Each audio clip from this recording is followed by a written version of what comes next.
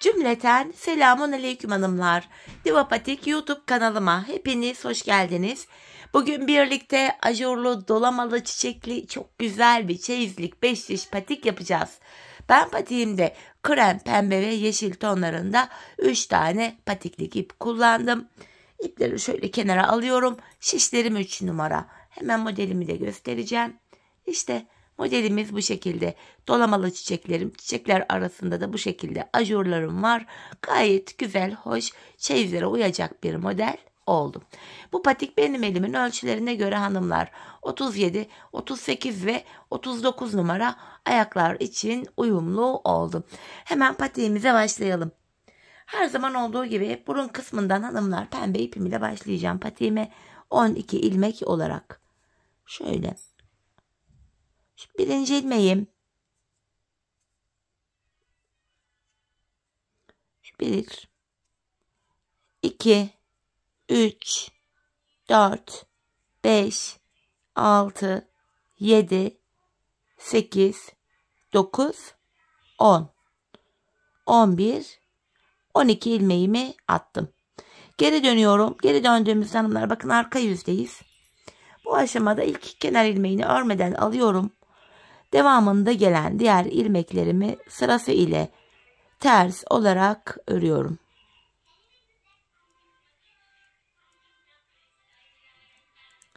Sonuncu ilmeğimi de ters ördüm. Şimdi geri dönüyorum hanımlar. Ön yüzdeyiz. Bu aşamada artık düz örgü uygulaması yapacağız. 5 şişede geçeceğiz. Kenar ilmeğimi aldım. İkinci ilmeğim 3, 4, 5, 6. İlk 6 ilmeğimi ilk şişimle ördüm. Kalan 6 ilmeğimi de ikinci şişim ile örüyorum.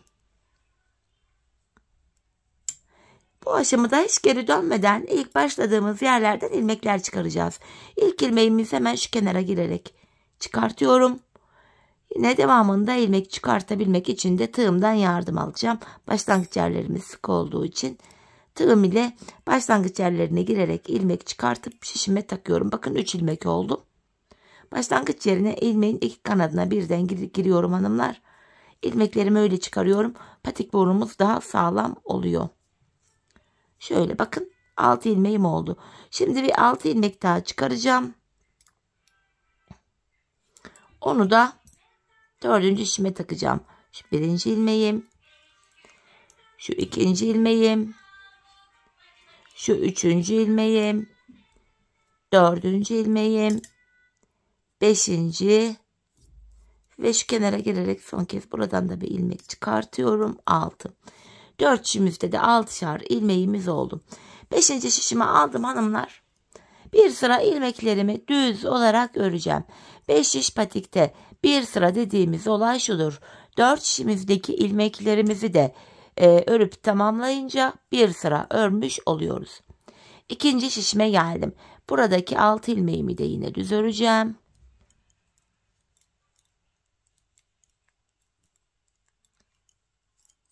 Üçüncü şişime geldim. Buradaki ilmeklerimi de düz örüyorum.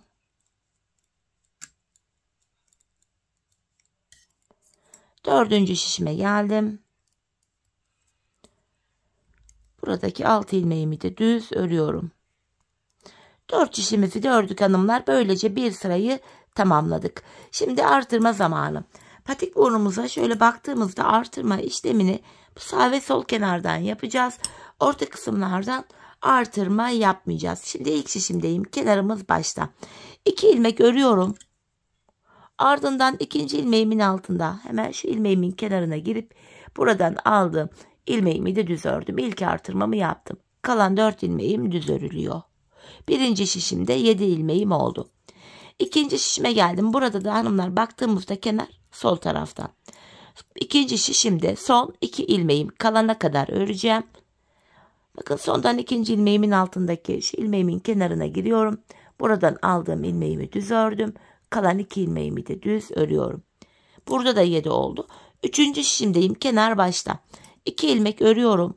Ardından ikinci ilmeğimin altındaki şu ilmeğimin kenarına girdim. Ve buradan aldığım ilmeğimi de örüyorum. Kalan 4 ilmeğim yine düz örülüyor.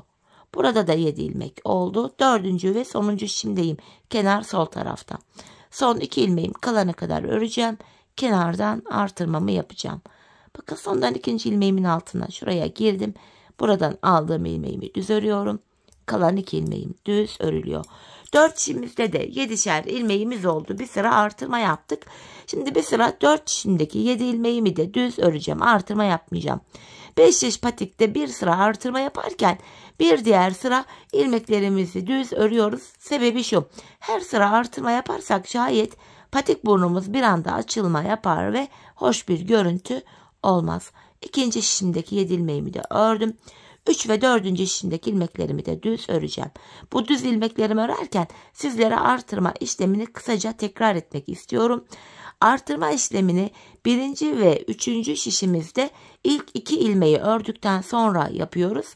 2. ve 4. şişimizde de son 2 ilmek kalana kadar örüp öyle artırmamızı yapıyoruz. Bir sırayı 4 şişimdeki 7 ilmeğimi de düz ördüm. Tekrar artırma zamanı. İlk şişimdeyim, kenar başta. 2 ilmek örüyorum. Ardından 2. ilmeğimin altına şuraya girdim. Buradan aldığım ilmeğimi de düz ördüm. Kalan 5 ilmeğim düz örülüyor. Birinci şişimizde 8 ilmeğimiz oldu. İkinci şişime geldim hanımlar. Kenar sol tarafta. Son 2 ilmek kalana kadar öreceğim. Bakın sondan 2. ilmeğimin altına şuraya giriyorum. Ve buradan aldığım ilmeğimi de düz ördüm. Kalan 2 ilmeğim düz örülüyor. Burada da 8 ilmek oldu. 3. şişimdeyim. Kenarımız başta. 2 ilmek örüyorum. Ardından 2. ilmeğimin altındaki şu ilmeğimin kenarına girdim. Ve buradan aldığım ilmeğimi de düz örüyorum. Kalan 5 ilmeğim düz örülüyor. İlk 3 şişimde 8'er ilmeğim oldu. 4. ve sonuncu şişimdeyim hanımlar. Kenar sol tarafta. Son 2 ilmek kalana kadar öreceğim. Bakın sondan 2. ilmeğimin altına şuraya giriyorum. Buradan aldığım ilmeğimi de yine düz ördüm. Son 2 ilmeğim düz örülüyor. 4 şişimizde de 8'er ilmeğimiz oldu. Şimdi bir sıra ilmekleri düz öreceğiz, artıracağız sonra. Sonra düz öreceğiz, artıracağız. Patik burnumuzu bu şekilde tamamlayacağız. Hanımlar, ben bu patiğimde her bir şişimde 14'er ilmeğim olana kadar artırmalarımı yaptım. Ardından modele başladım. Şimdi hep birlikte artırmaları yapalım gelelim. Ardından birlikte desenimizi kuralım. Evet hanımlar, ben her bir şişimde 14'er ilmeğim olana kadar artırmalarımı yaptım geldim. Şimdi krem ipimize geçiş yapacağız. İlmeklerimizi hanımlar krem ipimiz ile öreceğiz. Artırmadan sonra bir sıra düz örmedim. Hemen kremime geçiyorum. İlmeklerimizi krem ipimiz ile öreceğiz. Şöyle krem ipimin ucunu patiğim sökülmesin diye pembeme bağlıyorum. İlmeklerimizin tamamını hanımlar şöyle krem ipimizle öreceğiz. Şöyle krem ipimin ucunda gizleyerek götüreyim dedim. Şöyle. Bu sıramızda ilmeklerimizin hepsini krem ipimiz ile düz olarak öreceğiz. Ajurlu modele başlamadan önce alt zemin hazırlıyoruz. Bakın bu şekilde. Hanımlar, 4 şişimizdeki ilmeklerimizi de 2 sıra boyunca, 2 sıra derken 4 şişimizi bir kere dolanacağız krem ile, bir daha dolanacağız, 2 sıra olacak. 2 sıra düz örelim gelelim. Evet hanımlar, ilmeklerimi 2 sıra boyunca krem ipim ile düz ördüm geldim. Bu aşamada şöyle bir miktar pembe ipimi bırakıp ucunu keseceğim dolamalı çiçeklerimizi de kullanmak için. Şöyle.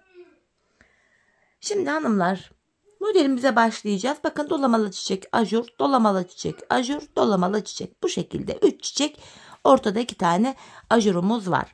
Şimdi bunun içinde hanımlar şöyle 3 tane yeşil ipimi kestim çiçeklerimin yaprakları için. Yapacağımız işlem şu. 3 ilmek örüyorum krem ile. 1, 2, 3. İlk çiçeğimi yapmak için şöyle yeşilimin birini aldım. Yeşilimin ucu şöyle arkada duruyor. Buraya dolama işlemi yapacağım. Bakın yeşil ipimi bu krem ilmeğimin etrafında şöyle bir, bakın şöyle bir daha dolandırıyorum. 2. 2 kez dolandırdım. Yeşilimi arkada bıraktım. Bir ilmeğe dolama yaptık. Dolama yaptığım ilmeğimi krem ipim ile örüyorum. Şimdi yanına 3 ilmek krem öreceğim. 1, 2, 3. Ardından şu ajurlu modeli yapacağız. Ajur yapıyorum. Yani ipimi şişime doladım. Öndeki 2 ilmeği kesiyorum. Tekrar ajur yapıyorum. 2 tane ajur yapıyoruz. Öndeki 2 ilmeğimi kestim. Bu şekilde. Şimdi yanına 2 ilmek öreceğim. 1, 2. Şimdi hanımlar dolamalı çiçeğimizi yapacağız yine. İkinci çiçeğimizin yaprağını. Diğer yeşil ipimi alıyorum. Buraya bir ilmeğe yeşil ipimle dolamamı yapıyorum. Hanımlar bu aşamada ön yüzde 2 şişteki ilmekleri, yani bunu ve bunu tek şişe toplayarak da yapabilirsiniz. Ya da benim gibi ayrı ayrı da tutabilirsiniz. Fark etmiyor. Ben her şekilde yapabiliyorum. O yüzden 2 şişteki ilmekleri tek şişe toplamayacağım. Bakın dolamamı yaptım. Dolama yaptım. İlmeğimi örüyorum. Bir ilmeğime yeşil ipim ile dolamamı yaptım. Hanımlar çiçeğimiz 6 sıradan oluşuyor. İlk sırasını yapıyoruz. Bakın dolamamı yaptım.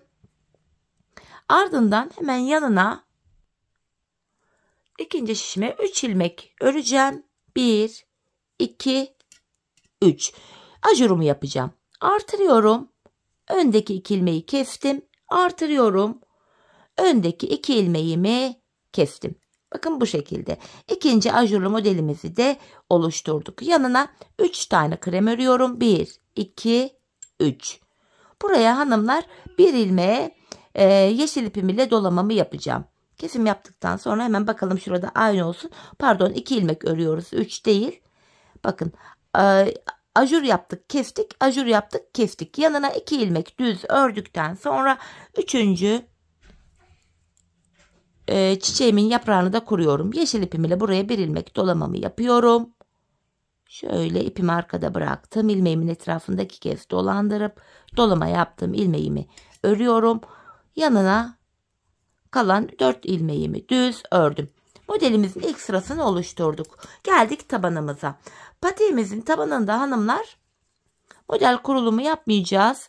İlmeklerimizin tamamını model bitene kadar düz olarak öreceğiz. Taban bölümde model yok. Sadece ön yüzde model var. Videonun devamında bu taban bölümleri göstermeyeceğim. Videoyu keseceğim. Sizler modeli tarafın her bir sırasını göstereceğim. Sizler videonuzu durdur oynat yaparak patiğinizi kolayca yapabilirsiniz. Tabanımızdaki ilmeklerimizi örüyorum.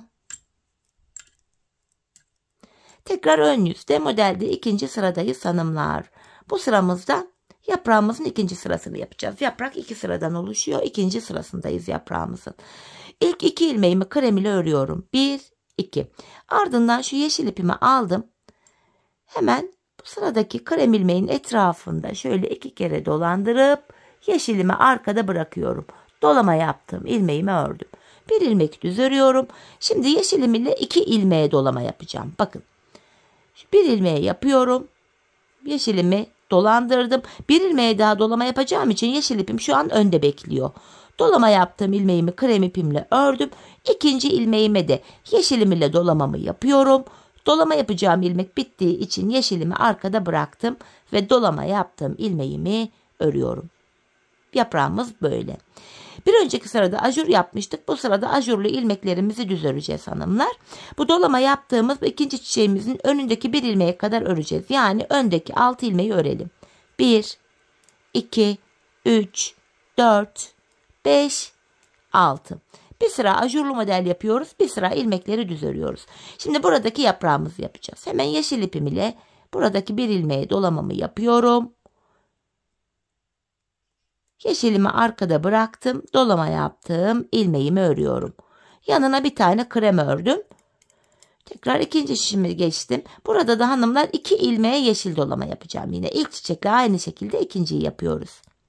Şu birinci dolamam.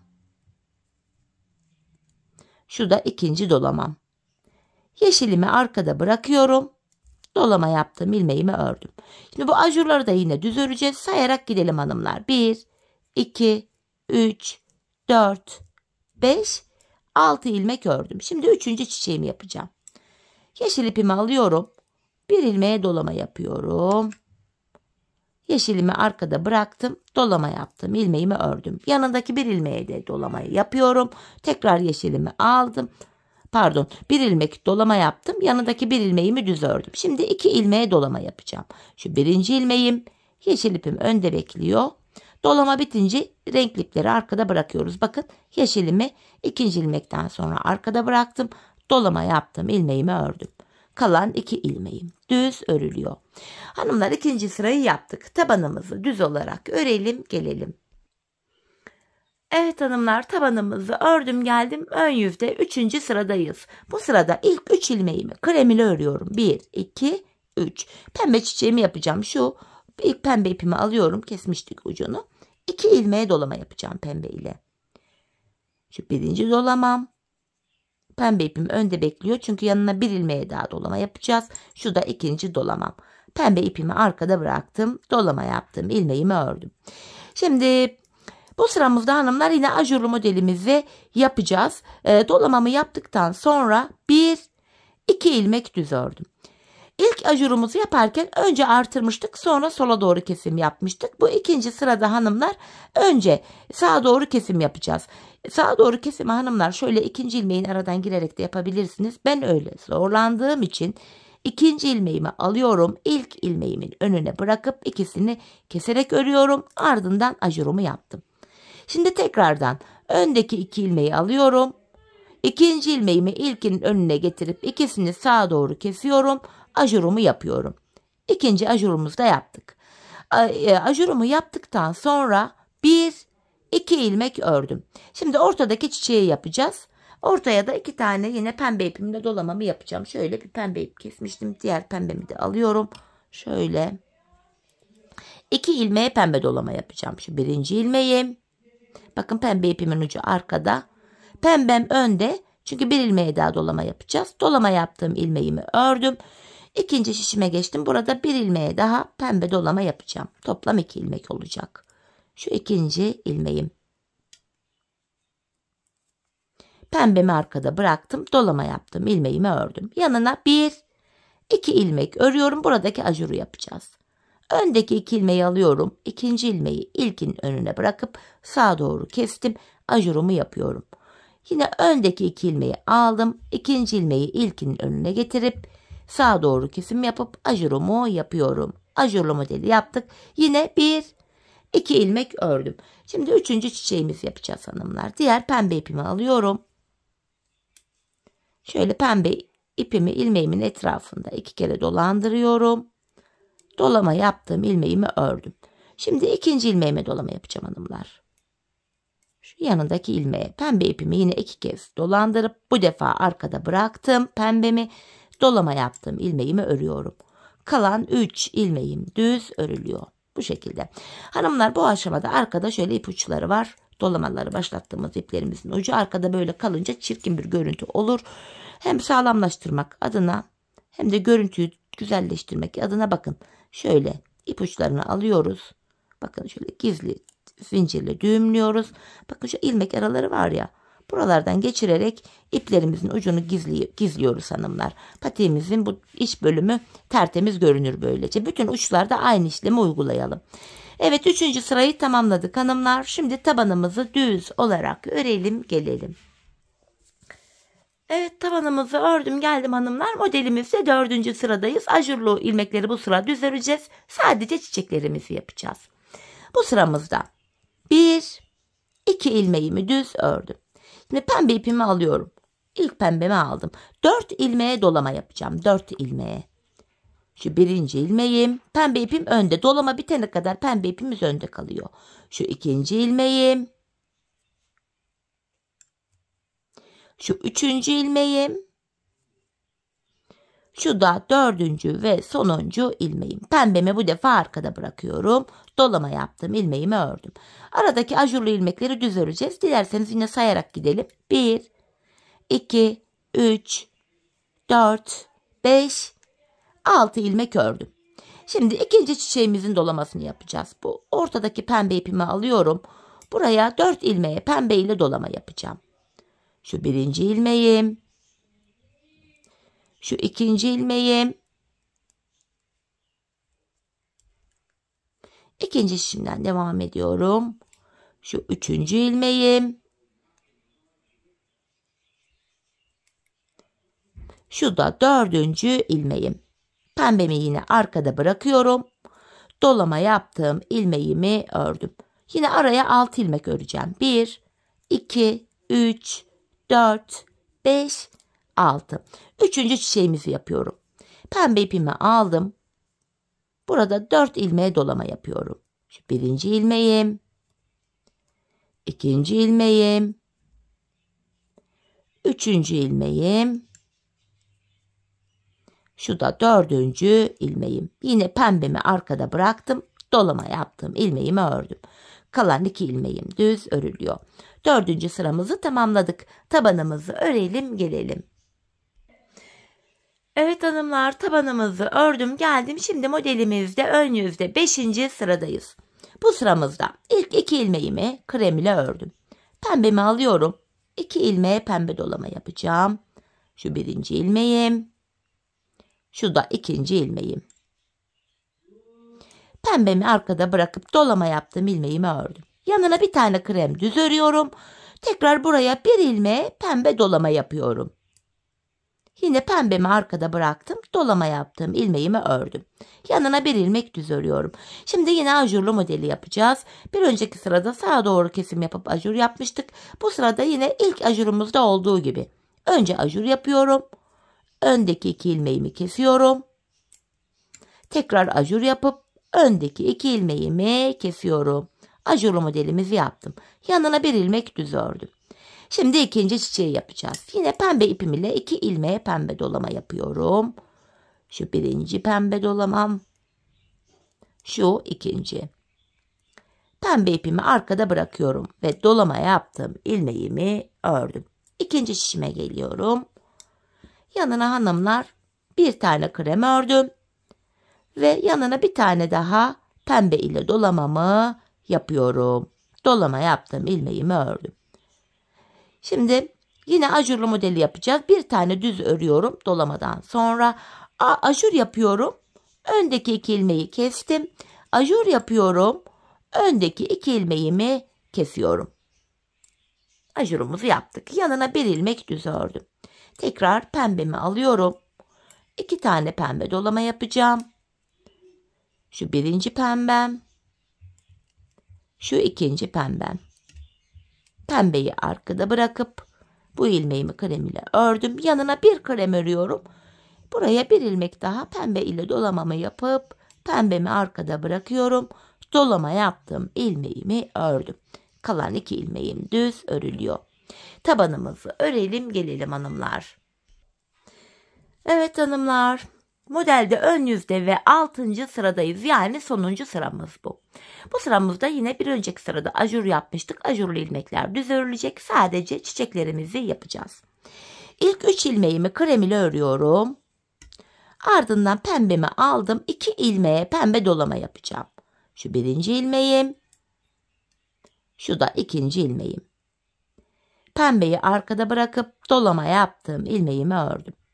Şimdi hanımlar arada toplamda 8 ilmek düz öreceğiz şimdi. 1, 2, 3, 4, 5, 6, 7, 8. Şimdi ikinci çiçeğimizi yapacağız. Yine pembemi alıyorum. 2 ilmeğe pembe dolama yapacağım. Şu birinci ilmeğim. İkinci şişime geçiyorum. İkinci ilmeğime de burada dolama yapacağım. Şu da ikinci ilmeğim. Pembemi arkada bırakıp dolama yaptığım ilmeğimi ördüm. Yine araya 8 ilmek öreceğim. 1, 2, 3, 4, 5, 6, 7, 8. Tekrardan hanımlar pembemi alıyorum. Buraya pembe ipim ile 2 tane dolama yapacağım. Şu birinci ilmek dolamam. Şu da 2. Pembemi arkada bırakıp dolama yaptığım ilmeğimi örüyorum. Kalan 3 ilmeğimiz düz örülüyor. Bu şekilde.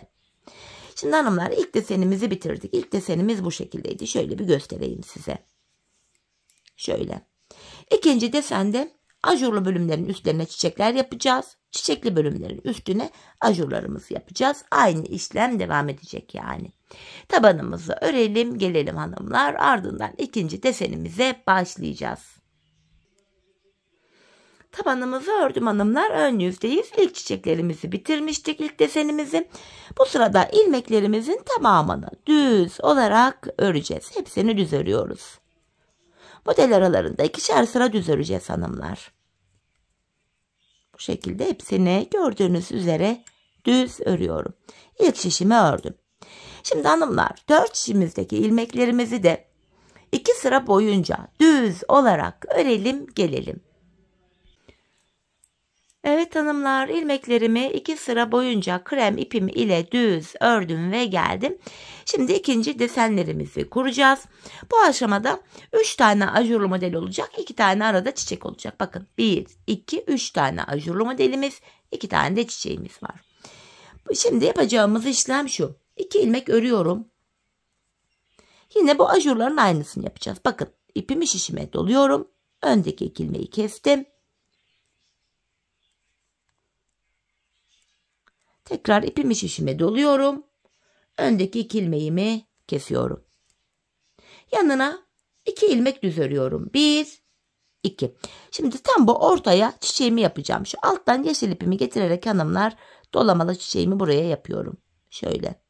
Hatta bu yeşil bunun önünü kapattı. Hoşlanmadım. Diğer taraftaki yeşili getireyim. Bakalım o kapatacak mı? Şöyle. Alttan yeşil ip, bakın şu ajurların önü kapanacak derken demek istediğim şu. Hani ipi getirirken yeşil ip arkada görünmesin. İkinci çiçeğimin yeşil ipini getirdim. Bu daha uygun oldu buraya. Buraya hanımlar şöyle bir ilmeğe dolama yapıyorum. Dolama yaptım. İlmeğimi ördüm. Çiçeğimin ilk sırasını yaptım hanımlar. İkinci modelimizin birinci sırası bu. Yanına 3 ilmek öreceğim. 1, 2, 3. Şimdi tekrar ortaya ikinci ajuru yapacağız. İpi artırıyorum. Öndeki 2 ilmeği kesiyorum. İkinci şişimdeyim. İkinci kez artırıyorum. Yine öndeki 2 ilmeğimi kesiyorum. Yanına 1, 2 ilmek düz ördüm. Şimdi de hanımlar buraya şu alttaki ipi getireyim. İkinci ipi. Bakalım ajuru kapatacak mı? İkinci çiçek yaptığımızın yeşil ipi. O diğer tarafta kalmış. Demek ki üçüncüyü getiriyorum. Deneyerek getirin hanımlar. Şöyle bakın, yeşil ipi getirirken arka ajurlardan ip görünecek mi görünmeyecek mi kontrol ederek getirin. Buraya yeşil ipimle bir ilmek dolamamı yapıyorum. Dolama yaptığım ilmeğimi ördüm. Bu şekilde. Yanına 3 ilmek öreceğim. 1, 2, 3. Tekrar buraya ajurlarımızı yapıyoruz. Ajur yapıyorum. Öndeki 2 ilmeği kestim. Ajur yapıyorum. Öndeki 2 ilmeğimi kestim. Kalan 2 ilmeğim düz örülüyor. Şimdi tabanımızı örelim gelelim hanımlar.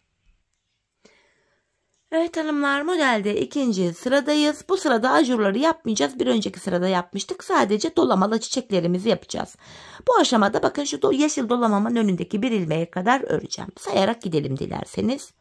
1, 2, 3, 4, 5, 6, 7. Kenardan 7 ilmeğimi ördüm. Yeşil ipimle hanımlar şuraya bir ilmek dolama yapıyorum. Yeşilimi arkada bırakıp dolama yaptığım ilmeğimi ördüm. Yanına bir tane krem örüyorum. Yanındaki 2 ilmeğe dolama yapacağım yeşil ile. Şu birinci ilmeğim. Yeşilim önde duruyor hanımlar. Çünkü bir ilmek daha dolama yapacağız. Şu da ikinci dolamalı ilmeğim. Yeşilimi arkada bırakıyorum ve dolama yaptığım ilmeğimi ördüm. Şimdi aradaki ajurlu ilmekler örülecek. Sayarak gidelim. 1, 2, 3. İkinci şişime geldim. 4, 5, 6 ilmek ördüm. Tekrar buraya da ajurumuzu yapıyoruz. Dolamamızı pardon. Bir tane yeşil dolama yapıyorum. Dolama yaptığım ilmeğimi ördüm. Bir krem örüyorum yanına. Şimdi de 2 ilmeğe dolama yapacağım. Şu birinci ilmeğim. Şu da ikinci ilmeğim. Yeşilimi arkada bıraktım. Dolama yaptığım ilmeğimi ördüm. Kalan ilmeklerimi düz olarak örüyorum. İkinci sıramızı da böylece yaptık. Tabanımızı örelim gelelim. Evet hanımlar, yeniden ön yüzde ve 3. sıradayız. Bu sıramızda yine ajurları yapacağız. 2 ilmek örüyorum. Bu defa sağa doğru kesim yapacağım. İkinci ilmeğimi ilk ilmeğimin önüne bırakıyorum. İkisini keserek ördüm. Ajurumu yapıyorum. Tekrardan öndeki 2 ilmeği aldım. Bu ikisini sağa doğru kesim yapıp ajurumu yapıyorum. Ajurdan sonra hanımlar buraya 1, 2 ilmek düz ördük. Sonra alttan şu pembe ipimi getiriyorum. Buraya pembe ipim ile 2 ilmeğe dolama yapacağım. Şu birinci ilmeğim. Şu ikinci ilmeğim. Pembemi arkada bıraktım. Dolama yaptığım ilmeğimi ördüm. Yanına 1, 2 ilmek düz ördük. Şimdi buradaki ajuru yapacağız. Yine öndeki 2 ilmeği aldım. İkinci ilmeğimi ilkin önüne getirip ikisini kesiyorum. Ajurumu yaptım. Yani ipimi şişime doladım. Hemen ikinci şişime geldim. Burada da hemen öndeki 2 ilmeği alıyorum. İkinci ilmeği ilkin önüne getirip sağa doğru kesimimi yapıyorum. Ajurumu da yaptım. Yani ipimi şişime doladım. 1, 2 ilmek düz ördükten sonra hemen şu alt taraftan şu üçüncü çiçeğin pembesini alayım buraya da. Bu pembe ipimi alıyorum. Buraya hanımlar 2 ilmek pembe dolamamı yapıyorum. 1, 2. Pembemi arkada bıraktım. Dolama yaptığım ilmeğimi ördüm. Yanına 1, 2 ilmek örüyorum. Buraya ajur yapacağız. Öndeki 2 ilmeği alıp sağa doğru kesim yapıp ajurumu yapıyorum. Tekrar öndeki 2 ilmeği aldım. Sağa doğru kesim yapıyorum. Ajurumu yaptım. Kalan 2 ilmeğim düz örülüyor. 3. sıramızı tamamladık. Tabanımızı örelim, gelelim hanımlar. Evet, tabanımızı ördüm hanımlar. Modelde şimdi 4. sıradayız. Bu sırada ajur yapmayacağız. Ajurlu ilmekler düz örülecek. Sadece dolamalı çiçekleri yapacağız. Şimdi sayarak gidelim. 1, 2, 3, 4, 5, 6, 7 ilmek düz ördüm. Pembe ipimi alıyorum. 4 tane ilmeğe pembe dolama yapacağım. Şu birinci ilmeğim. İkinci ilmeğim. 3 ve bir tane daha yapıyorum. 4. Pembemi arkada bırakıp dolama yaptım. İlmeğimi ördüm. Şimdi 6 ilmek düz öreceğim. 1, 2, 3. İkinci şişime geldim. 4, 5, 6. Şimdi de buraya 4 ilmeğe pembe dolama yapacağım çiçeğim için. Şu birinci dolamam. Şu 2, 3 ve 4. Pembemi arkada bırakıp dolama yaptım. İlmeğimi örüyorum. Kalan ajurlu ilmeklerimin hepsini de düz olarak örüyorum. 4. sıramızı bitirmiş olduk. Tabanımızı örelim, gelelim hanımlar. Evet hanımlar, tabanımızı ördüm geldim. Modelde 5. sıramız. Bu sıramızda yine ajurları yapacağız. 2 ilmek düz örüyorum. Bu ajurumuzda da ipimi şişime doladım. Öndeki 2 ilmeğimi kesiyorum. İpimi şişime doladım. Öndeki 2 ilmeğimi kestim. Yanına 1 ilmek düz örüyorum. Şimdi dolamalı çiçeğimizi yapacağız. 2 ilmeğe dolama yapacağım. Şu birinci dolamam. Şu ikinci pembe dolamam. Pembeyi arkada bırakıp dolama yaptığım ilmeğimi ördüm. 1 ilmek düz örüyorum. Şimdi bir tane daha pembe dolama yapıyorum. Pembemi yine arkada bırakıp dolamalı ilmeğimi ördüm. Bu şekilde. Yanına 1 ilmek düz örüyorum hanımlar. Şimdi ortadaki ajurlarımızı yapacağız. Artırdım. Öndeki 2 ilmeği kesiyorum. İkinci şişimdeyim. Artırıyorum. Öndeki 2 ilmeği kestim. Yanına 1 ilmek düz ördüm. Yine çiçeğimizi yapalım. 2 tane pembe dolama yapıyorum. Şu 1. Şu da 2. Pembemi arkada bırakıp dolama yaptım. İlmeğimi ördüm. 1 ilmek düz örüyorum yanına. Tekrar 1 ilmeğe daha pembe ipim ile dolamamı yapıyorum. Pembemi arkada bırakıp dolama yaptığım ilmeğimi ördüm. Şimdi yanına 1 ilmek düz örüyorum. 3. ajurları yapacağız. Artırdım. Öndeki 2 ilmeği kesiyorum. Artırdım. Öndeki 2 ilmeğimi kestim. Kalan 2 ilmeğim düz örülüyor. Tabanımızı örüp gelelim. Evet hanımlar, tekrar ön yüzdeyiz. Modelimizde 6. ve sonuncu sıradayız. Bu sırada ajur yapmayacağız. Çünkü bir önceki sırada yapmıştık. İlmekleri sayarak gidelim. 1, 2, 3, 4, 5, 6, 7, 8 ilmek ördüm. Pembe ipimi alıyorum. 2 ilmeğe dolama yapacağım. Şu birinci dolamam. Şu da ikinci dolamam. Pembemi arkada bıraktım. Dolama yaptım. İlmeğimi örüyorum. Şimdi hanımlar yine aralardaki ilmekleri düz öreceğiz. Sayarak gidelim. 1, 2, 3, 4. İkinci şişimden devam edeceğim. 5, 6, 7, 8. Tekrar pembemi alıyorum. 2 ilmeğe pembe dolama yapıyorum. Şu birinci dolamalı ilmeğim. Şu 2. Pembe ipimi arkada bırakıp dolama yaptım. İlmeğimi ördüm. Kalan ilmeklerimi düz olarak örüyorum. Böylece hanımlar ikinci modelimizi de tamamlamış olduk. Tabanımızı örelim, gelelim. Tabanımızı ördüm, geldim hanımlar. Yine ikinci model bitti. Yani şunu bitirdik. Yine model arasında ilmeklerimizin tamamını 2 sıra boyunca düz olarak öreceğiz. Ardından 3. modele başlayacağız hanımlar. Bu şekilde 2 sıra öreceğiz. Bakın ilk şişimdeki ilmeklerimi ördüm. Şimdi 4 şişimizdeki ilmeklerimizi de 2 sıra boyunca düz olarak örelim, gelelim. Evet hanımlar, ilmeklerimizi 2 sıra ördüm, geldim. Şimdi 3. modele başlayacağız hanımlar. 3. model ile ilk model aynı yapılıyor. Sayıları, sıraları her şekilde aynı yapılıyor. Kafanız karışmasın diye hemen kısaca bir göstereyim. İlk şişimde ilk modeli yaparken 3 ilmek düz örmüştük. 1, 2, 3. Ardından buraya dolamalı çiçeğimiz için şöyle yeşilimi alıyorum, yan taraftan şöyle getirdim. 1 ilmek dolama yapıyorum yeşilim ile. Şöyle dolama yaptığım ilmeğimi örüyorum. Yanına 3 ilmek düz öreceğiz. 1, 2, 3. Şimdi ajurlarımızı başlatıyorduk hanımlar. Artırıyoruz. Kesiyoruz. Artırıyoruz. Kesiyoruz. Bakın. Ardından ilk modelde 2 ilmek örmüştük. 1, 2. Sonra buraya hemen alttan diğer şeyimizden kalan yeşil ipimizi getirip buraya yeşil ile dolamamızı yapıyoruz hanımlar. Şöyle yeşil ipimizi şu ilmeğimizin etrafında 2 kez dolandıracağız. Buraya da yine aynı çiçeklerimizi yapıyoruz. Hanımlar, kısaca ilk modelde yaptığımız işlemin aynısını ikinci modelde de yapabilirsiniz. Eğer işte diyor olabilirsiniz ki şu anda model benim aklımda kalmıyor. İlk yaptık ama nasıl yapıldığını bilmiyorum, unuttum.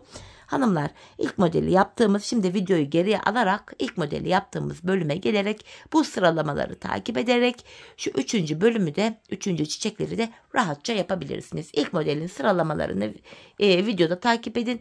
3. deseni de o şekilde halledin. Gayet kolay yapacaksınızdır. 3. modelimiz de bittikten sonra hanımlar 4 şişimizdeki ilmekleri model aralarında 2'şer sıra örmüştük ama bilek bölümüne geldiğimiz için bu defa burada 3 sıra 4 şişimizdeki ilmeklerimizi düz örelim, gelelim. Ardından buluşalım, birlikte bilek ayrımını yapalım. Evet hanımlar, ben 3. çiçeğimi tamamladım, geldim 3. desenimi. Ardından da 4 şişimdeki ilmeklerimi 3 sıra krem ipim ile düz ördüm. Modelimizi tamamladık. İplerimin de hanımlar uçlarını hep kestim, arkaya gizledim, düğümledim. İlk başta zaten videoda göstermiştim nasıl yapıldığını. Şimdi bilek ayrımını yapacağız hanımlar. Öncelikle ilk şişimdeyim. Burada son bir ilmeğim kalana kadar ilmeklerimi düz olarak örüyorum.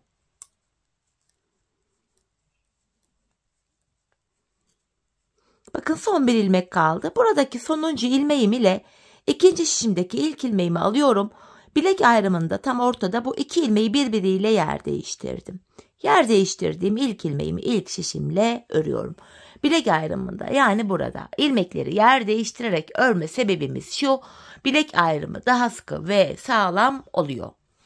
Şimdi hanımlar, patiğimizin hemen göstereyim. Şu yan bölümlerine geldik. Ben patiğimizin şu bilek kenarlarına 7'şer ilmek haroşa ördüm.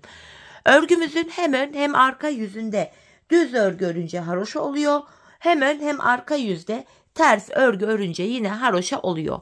Ben örgümüzün her iki tarafında da düz örgü örerek haroşalarımı elde ediyorum. İkinci şişimde bilek kenarında 7 ilmek haroşam düz örüyorum. 6 oldu. Şu 7. 7 haroşamı düz ördüm. Diğer ilmeklerimi de ön yüzde olduğum için düz örmeye devam ediyorum. Artık patiğimizin arka bölümüne geldik hanımlar. Bu arka bölümde ön yüzde düz, arka yüzde de ters örgü uygulaması yapacağız. Bilek ayrımına kadar öreceğiz, ardından geri döneceğiz. Geri döndüğümüzde arka yüzde olacağımız için ilmeklerimizi ters öreceğiz. Bir diğer şişime geldim tabandaki. Yine buradaki ilmeklerimi de düz örüyorum.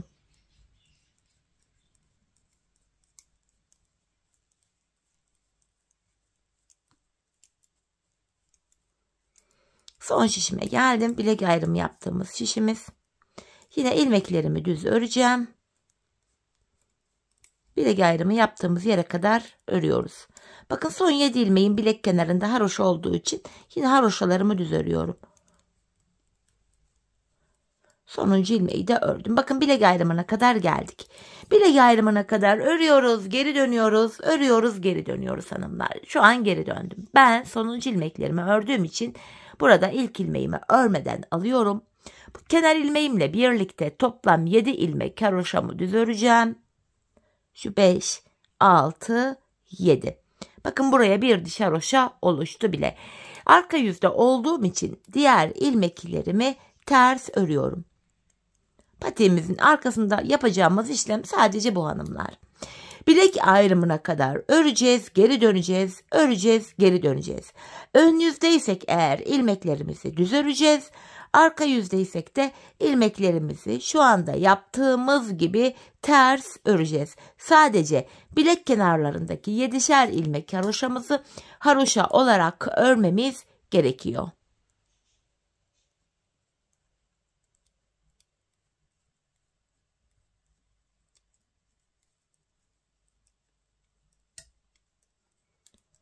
Taban bölümünü ördük. Son şişime geldim.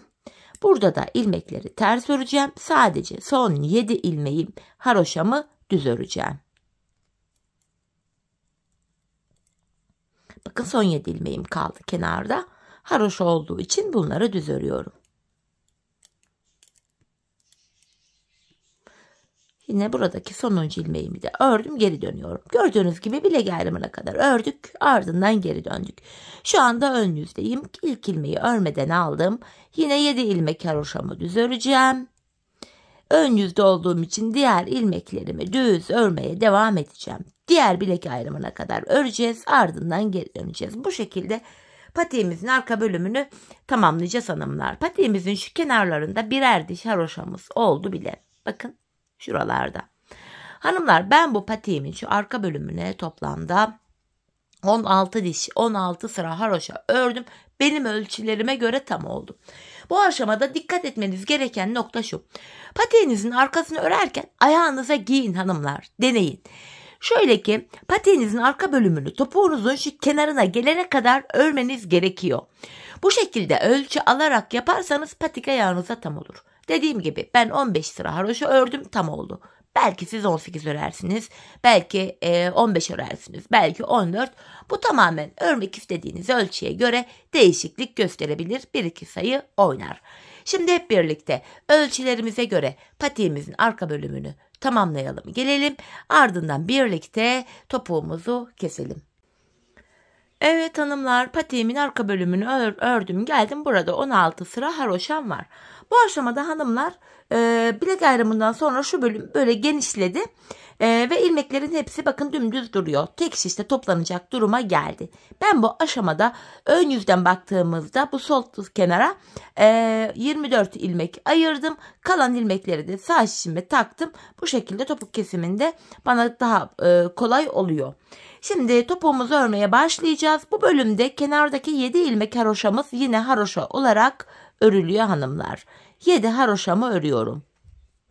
Şimdi ön yüzdeyim. İlmeklerimi düz olarak ve sayarak örmeye devam edeceğim. 7 haroşamı örmüştüm. 8, 9, 10, 11, 12, 13, 14, 15, 16, 17, 18, 19, 20, 21, 22, 23. İlk 23 ilmeğimi normal düz olarak ördüm. 24. ilmeğimi örerken öndeki 2 ilmeği birlikte keserek örüyorum. Zaten bu sol kenara da 24 ilmek ayırmıştık. Burada da 24. ilmekte kesimimizi yaptık.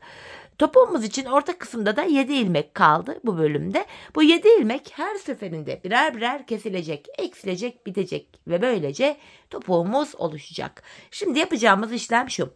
Kesim yaptıktan sonra geri dönüyoruz. Şu anda arka yüzdeyiz hanımlar. İlk kesim yaptığım ilmeği örmeden alıyorum. Arka yüzde olduğum için diğer ilmeklerimi ters olarak örüyorum. Sadece son 7 ilmeğim haroşa olduğu için son 7 ilmeğimi düz öreceğim. Bakın son 7 ilmeğime geldim. Haroşalarımı düz olarak örüyorum. Tekrar geri döndük. Ön yüzdeyiz. Bir önceki sırada yaptığımız işlemin aynısını yapacağız. Yani 23 ilmek öreceğiz. 24. de kesimimizi yapacağız. 7 haroşamı ördüm. Sayarak gidiyorum. 8, 9, 10, 11, 12, 13, 14, 15, 16, 17, 18, 19, 20, 21, 22, 23 ilmeğimi ördüm. 24. ilmekte öndeki 2 ilmeğin ikisini birlikte yine keserek örüyorum. İkinci kesimi yaptık. Bir önceki sırada bu arada 7 ilmek vardı. Kesimden sonra 1 ilmek eksildi. 6 ilmek kaldı. Şimdi tekrar kesim yaptık. Geri döneceğiz. Arka yüzde ilmekleri öreceğiz. Ön yüzde yine 23 örüp 24. de kesim yapacağız. Biz bu kesme işlemini şu arada kalan 6 ilmeğimiz bitene kadar devam edeceğiz. Şimdi hep birlikte bu 6 ilmek bitene kadar patiğimizin topuğunu sizlere anlattığım gibi örelim gelelim. Evet hanımlar, patiğimizin topuğunu ördüm geldim. İlk başta sol tarafa 24 ilmek ayırmıştık. Kesimlerden sonra sağ şişimde de 24 ilmeğim kaldı. Şimdi yapacağımız işlem şu. Patiğimin düz tarafı içeride, ters tarafı da dışarıda olacak şekilde ikiye katlıyorum. Hemen tığımı aldım, topuğumu keseceğim. İlk kesimim şöyle. Benden taraftaki şişten bir ilmek, ikinci şişten de bir ilmek aldım. İkisini birlikte örüyorum. Diğer kesimlerim de şöyle oluyor. Benden taraftaki şişten bir ilmek, ikinciden de bir ilmek aldım. İkinci ilmeği ilkinin içinden geçirip tığımdaki ilmekleri topluyorum. Benden taraftaki şişten bir ilmek, ikinciden de bir ilmek aldım. İkinci ilmeği ilkinin içinden geçirip tığımdaki ilmeklerimi topluyorum. Karşılıklı olarak şişlerimizden birer tane ilmek alıyoruz ve ikinci şişten aldığımız ilmeğimizi ilk şişten aldığımız ilmeğimizin içinden geçiriyoruz. Tığımızdaki ilmeklerimizi topluyoruz. Her iki patiğimizin topuğu da aynı yöne, aynı şekilde kesiliyor hanımlar. Gizli kesim tekniği kullanıyoruz. Bu şekilde. Kalan ilmeklerimizi de aynı şekilde keselim gelelim. İlmeklerimi kestim. Son birer ilmeğim kaldı şişlerimde. Önce benden taraftaki ilmeğimi, sonra da ikinci şişindeki ilmeğimi tığıma aldım. Tığımda şu an 3 ilmeğim var. Üçünü birden topluyorum. 2 tane sıkı bir zincir çekip ipimi kesiyorum. Hemen ipimizin ucunu gizleyelim hanımlar. Ardından patiğimize, topuğumuza genel olarak bakalım. Şöyle arka tarafa şöyle sıkılayarak, düğümleyerek ipimizin ucunu gizliyoruz. Bakalım topuğumuza. İşte ayağı giyilince şöyle duruyor hanımlar. Gizli kesim. Patiğim ayağımızın arkasında, topuk gayet şık, temiz görünüyor. Evet hanımlar, patiğimizi bitirdik. Hemen bir de manken ayağımıza giydirelim. Patiğimizi öyle görelim. Çeyiz için çok uygun, güzel, hoş bir model oldu.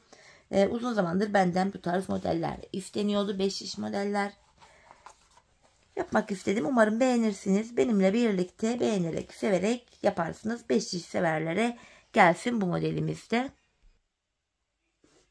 Evet, patiğimiz bu şekilde. Gördüğünüz gibi hanımlar, çok güzel, çok şık, hoş, zarif, çeyize uygun, harika bir model oldu. Evet hanımlar, yine birlikte güzel bir modelin daha sonuna geldik. Umarım sizlere faydalı, hoş bir video olmuştur. Yeni modellerde, yeni videolarda buluşmak dileğiyle şimdilik hoşça kalın, sağlıcakla kalın.